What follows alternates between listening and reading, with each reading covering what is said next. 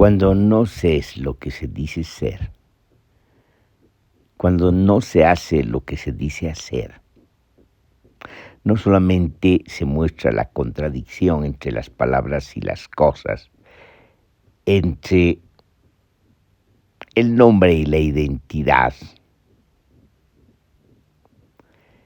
sino que estamos ante una paradoja, una profunda contradicción que devela no solamente lo que podemos concebir como un malestar en la cultura, un malestar en la subjetividad, en la constitución misma del hombre. No metamos aquí a la mujer, porque el que domina es el hombre desde hace más de 5.000 años, o quizás menos, desde el comienzo mismo de la genealogía de las civilizaciones. Entonces, este dilema, esta paradoja, esta contradicción tiene que ser descifrada. Nos referimos sobre todo, para no ampliar el panorama,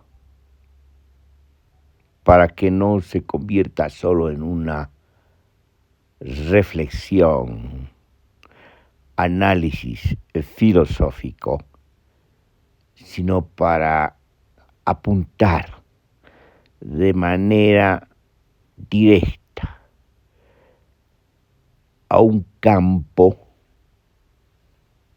social donde se destacan pues estas contradicciones, y ese es el campo político.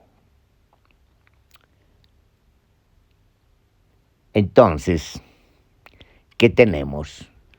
Tenemos una contradicción, ni siquiera una diferencia y una distinción entre palabras y las cosas. Título del libro epistemológico o de crítica de epistemología de Michel Foucault. Tenemos una contradicción entre las palabras y las cosas. Y estamos hablando de los discursos políticos. No vamos a meternos ahora, ya lo hemos hecho antes, al discurso ideológico.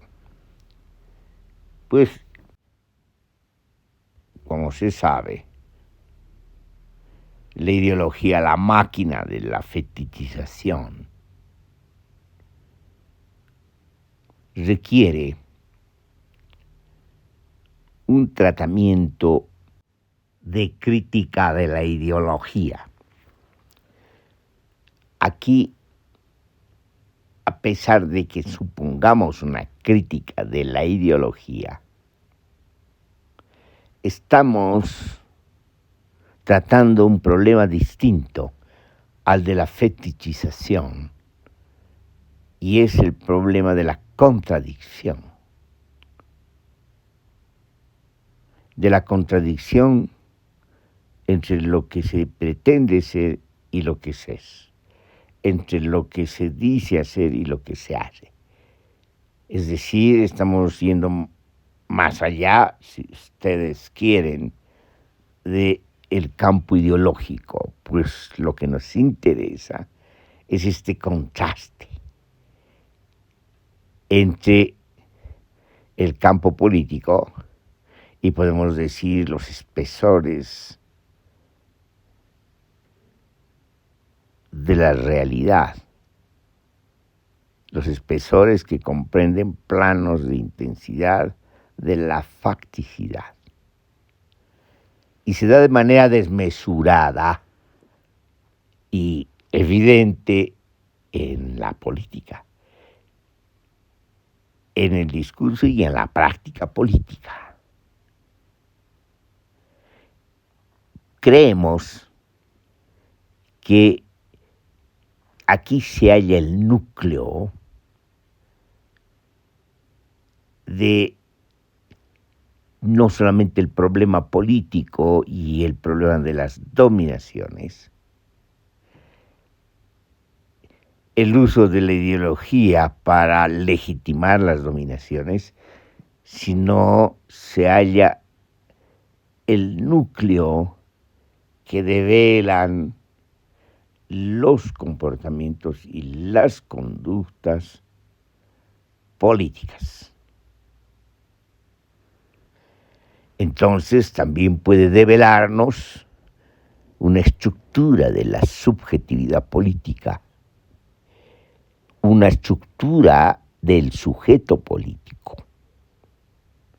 Ciertamente no podemos generalizar, porque hay variaciones en el perfil del sujeto político. Variaciones que en todo caso merodean,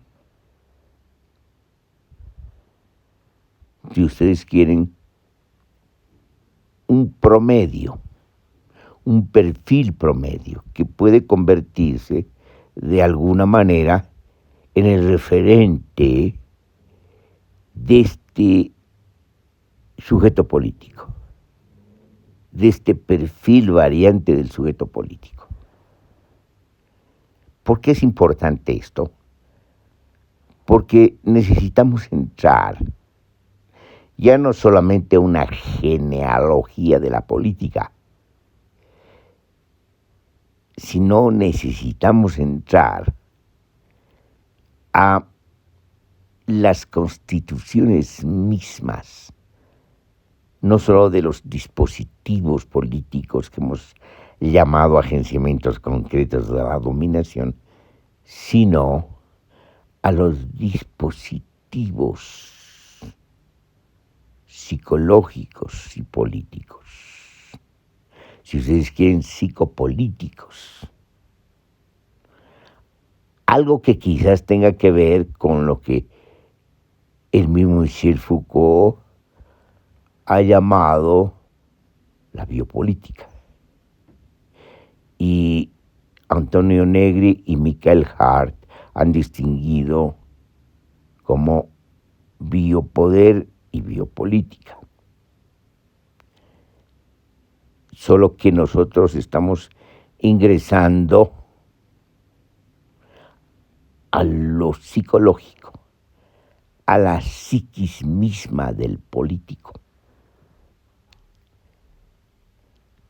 En términos filosóficos, hemos mencionado estas contradicciones recurriendo a conceptos de Hegel, como por ejemplo el de la conciencia desdichada, que corresponde a un sujeto desgarrado en sus propias contradicciones. También de alguna manera a conceptos de Nietzsche, que habla de la conciencia culpable y el espíritu del resentimiento. Podemos inclusive abrirnos a un horizonte abierto por el hombre, en el sentido de Nietzsche también, de humano demasiado humano.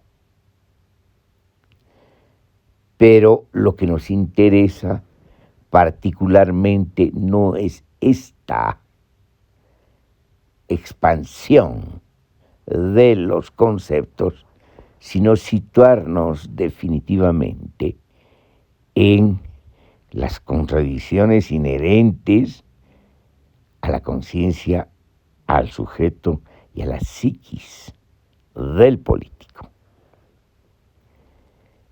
Pues parece que en el sujeto político, sobre todo que está de gobernador, que hace de gobierno,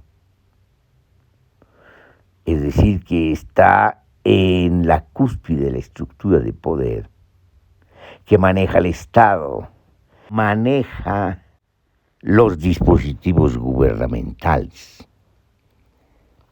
Es decir, alguien que, al ser un agenciamiento subjetivo del poder y de la dominación, transforma su propia psiquis, su propia estructura subjetiva y se convierte en algo que él mismo no había sospechado, en alguien que él mismo no ha imaginado. Se convierte en una figura despótica, en una figura en extremo de la simulación, en una figura que recurre de manera abierta a la simulación para encubrir precisamente esta contradicción de lo que pretende ser y lo que es en realidad, de lo que dice hacer y lo que hace en realidad. Es decir, de alguna manera, el político es consciente de esta contradicción, pero asiste y atiende la contradicción por encubrimiento. Busca encubrir, busca ocultar, inclusive ocultar a sí mismo esta contradicción que se devela. Es decir, expulsa a las sombras la certeza de esta contradicción para mostrar que esa contradicción no existe, para asumirla de una manera desesperada y extremadamente voluntariosa, que es lo que dice ser y que hace lo que dice hacer. Y busca por todos los medios, los recursos y las argumentaciones, inclusive más estrambóticas, para convencer que es así, que no hay contradicción. Entonces, estamos ante la posibilidad, si ustedes quieren, de asistir a una suerte de esquizofrenia.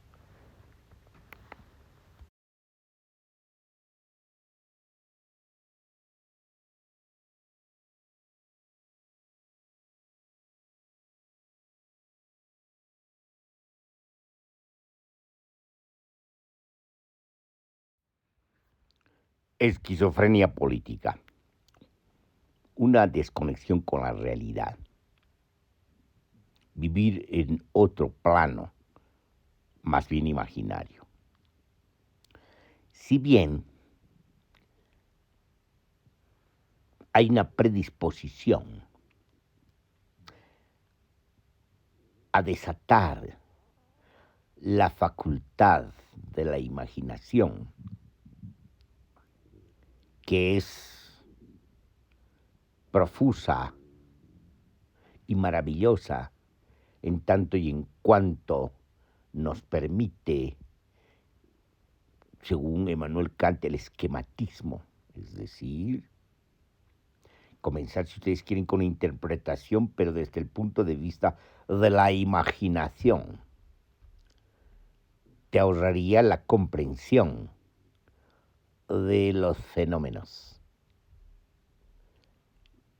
Pero también es, de alguna manera, exagerando se puede decir, la madre del arte, de la estética, de la creación artística y de la narrativa, de la narración. Hay una predisposición a la imaginación y a usar la imaginación en conjunción con otras facultades. Sin embargo, cuando nos referimos al campo político y a la psiquis política, nos referimos a una particular forma de uso de la imaginación que a la vez la restringe a una tarea grotesca, que es encubrir los hechos, que es encubrir lo que se hace, que es buscar desesperadamente la legitimación del crimen y de la delincuencia política, para decirlo de manera directa. Entonces, en este caso, la imaginación, si ustedes quieren, es usada de una manera adulterada y demasiado restringida, quitándole toda la potencia para un uso oportunista. De eso estamos hablando. Es decir, aquí, de manera asombrosa, la imaginación pierde su facultad de imaginar y se restringe a balbucear, por así decirlo, imágenes grotescas que pretenden sustituir la realidad, que a su vez restringen la comprensión de la realidad al máximo. Al máximo quiere decir al tamaño de los prejuicios y las miserias humanas de los políticos. Ese es el tema que estamos tratando y que hemos hablado. Entonces, es muy importante tener en cuenta esto, porque obviamente necesitamos hacer una evaluación, como hemos dicho, de la contradicción entre el discurso político y la práctica política. Y reiterando lo que hemos dicho al principio, la contradicción entre palabras y actos más que cosas. Y nos interesa esto no solamente por mostrar la contradicción, sino entender cómo funciona esta adulteración de la imaginación en función de las dominaciones. Cuando ocurre esto, obviamente se disminuyen las capacidades, se inhibe la potencia social y la potencia individual. Se restringen las facultades del ánimo, se restringen las facultades humanas a tal punto que están vaciadas, estropeadas, y solo sirven para manifestar las miserias humanas. Ese es el problema. El problema es que el horizonte que nos ofrece la casta política de un lado y de otro, y su pelea mediática, su invención de enemigos cada vez más fantasmagóricos. Cuando ocurre esto, cuando los enemigos mismos son cómplices de este círculo vicioso del poder, entonces asistimos no solamente a la decadencia política, sino a la constatación de que se ha clausurado el ciclo político, la genealogía de los estados, la genealogía de las formas de gubernamentalidad que pasan por la representación y la delegación, aquello que se llama de manera administrativa el sistema de partidos, la democracia restringida. Se ha agotado en los efectos mismos que produce, en la inflación de las palabras, en la demagogia, se ha agotado en el atiborramiento de este imaginario adulterado político. Y todo esto tiene que ver, obviamente, también con la crisis múltiple del Estado, con la crisis de la civilización moderna, con la crisis del patriarcado, que es el eje de todas estas genealogías, sino también tiene que ver con la psiquis, la crisis de la subjetividad del hombre. Y particularmente en nuestro caso, en esta exposición, con la crisis de la psiquis política, del político, que ya es en sí misma una manifestación de la crisis psicológica. Es decir, crisis porque no se constituye pues un sujeto armónico consigo mismo y con el entorno, y menos aún con los ciclos vitales. Estamos ante una psiquis en una voluntad destructiva, en una voluntad de nada, en una expresión muy particular, muy grotesca de la voluntad de nada, del nihilismo.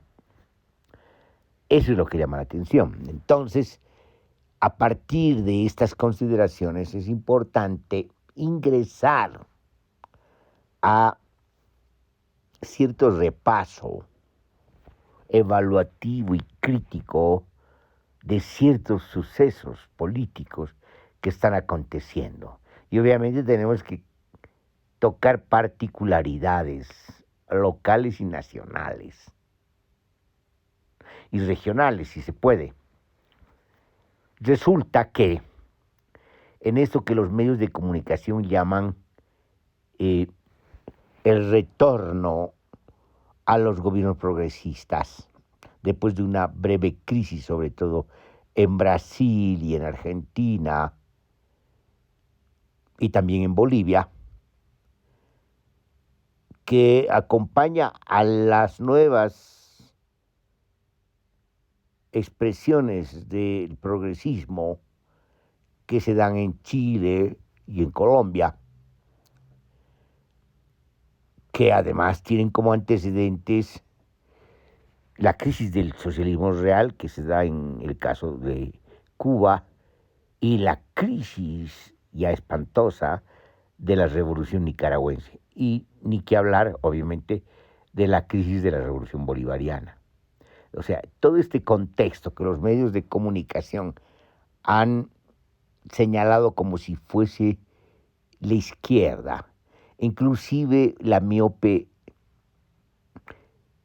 derecha, la miopía conservadora de la derecha ha señalado como socialismo y comunismo, cuando precisamente estas formas y estas prácticas de gubernamentalidad se parecen mucho, tienen muchas analogías con las formas de gubernamentalidad neoliberales. Entonces, lo que no pueden ver precisamente que se trata de su misma crisis. La crisis del neoliberalismo ha llevado a estos gobiernos progresistas a través de movilizaciones sociales que han resistido y han luchado contra las consecuencias del modelo neoliberal, contra el ajuste estructural, que ha ocasionado un alto costo social. Y llegan los gobiernos progresistas y lo que hacen es disfrazarse de revolucionarios y no nos muestran otra cosa que expresiones tristes de unos revolucionarios de pacotilla. Entonces, estos revolucionarios de pacotilla lo que hacen es cumplir con el mismo modelo colonial extractivista del capitalismo dependiente. Y peor aún, de una manera más intensa y extensiva que el propio modelo neoliberal. Es decir, son dispositivos del cumplimiento de la dependencia. En la genealogía del sistema mundo capitalista y en la geopolítica de la economía mundo capitalista. Entonces, tenemos más de lo mismo, pero el tema no es este ahora, que lo hemos tratado en otras exposiciones y en otros ensayos, sino el tema es de que todo esto se ha mostrado de una manera hipertrofiada en lo que hemos llamado el imaginario adulterado político, en una psiquis desdichada política, ¿no? En una elocuente manifestación de una demagogia cada vez más descompuesta y descarada, en prácticas cada vez más perversas y sobre todo, lo que hemos dicho también, en la toma evidente del lado oscuro del poder. El lado oscuro del poder ha tomado el lado institucional del poder y lo tiene como máscara. Los que dominan son precisamente estas formas paralelas del poder, estos lobbies de las transnacionales, extractivistas, estos carteles y estas mafias son las que dominan ahora. Y por lo tanto todo esto no solamente redunda en una adulteración mayor de la imaginación, cada vez más empobrecida y quizás muerta, y en prácticas cada vez más perversas y violentas. Hemos pasado del terrorismo de Estado al terrorismo de los carteles que quieren un control territorial de todos, es decir, quieren la esclavización de la sociedad y los pueblos y derivar toda la economía a la producción de este excedente adulterado que viene de los tráficos ilícitos. Entonces el tema es ese.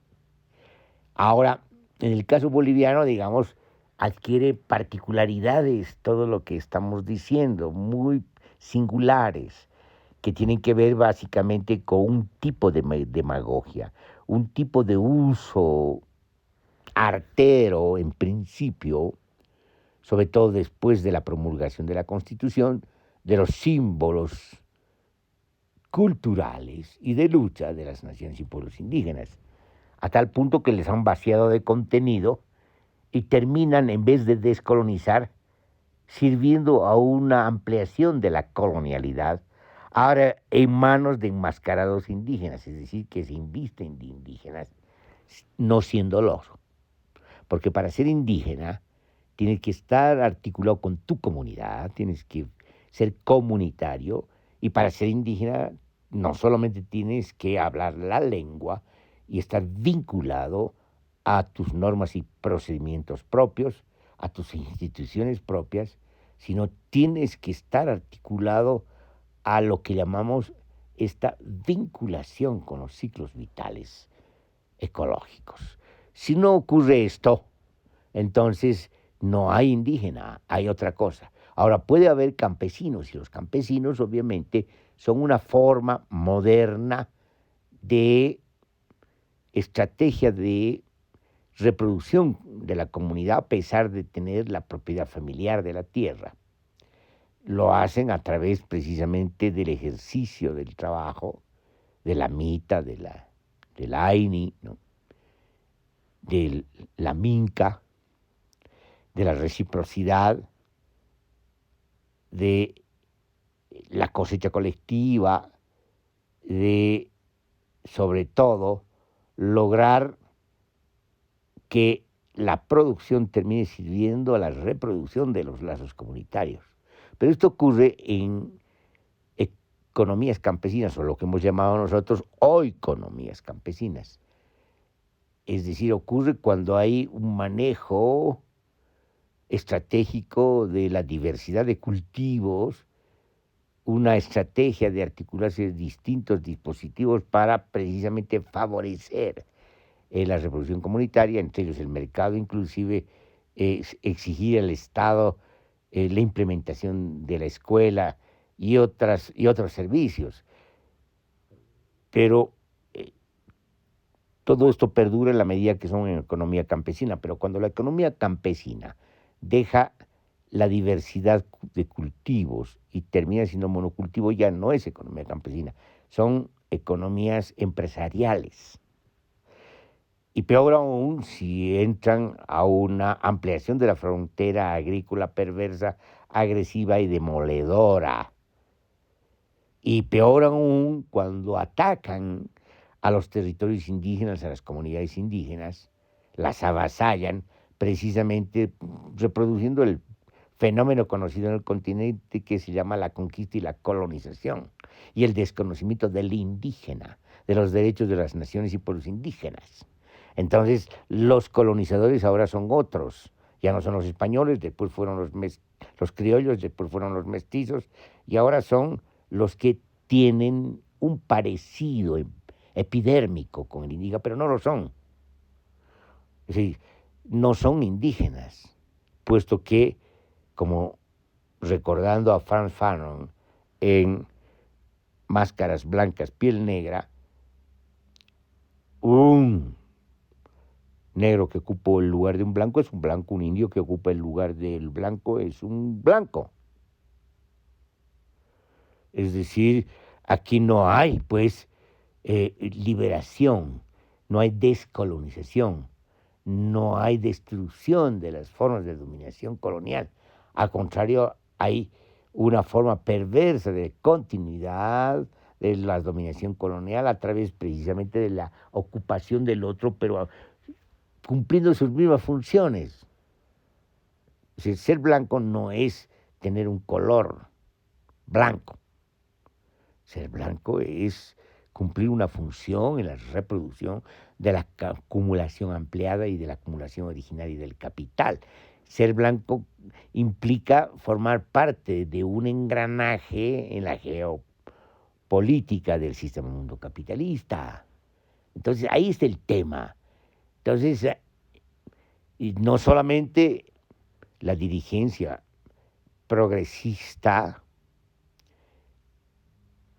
cumple las funciones del blanco, es decir, de la colonialidad, sino lo más patético, las propias dirigencias campesinas, que han sido cooptadas plenamente a esta decadencia, este deterioro de la política en manos de los gobiernos neopopulistas. Se han formado clientelas y ellos son clientelas.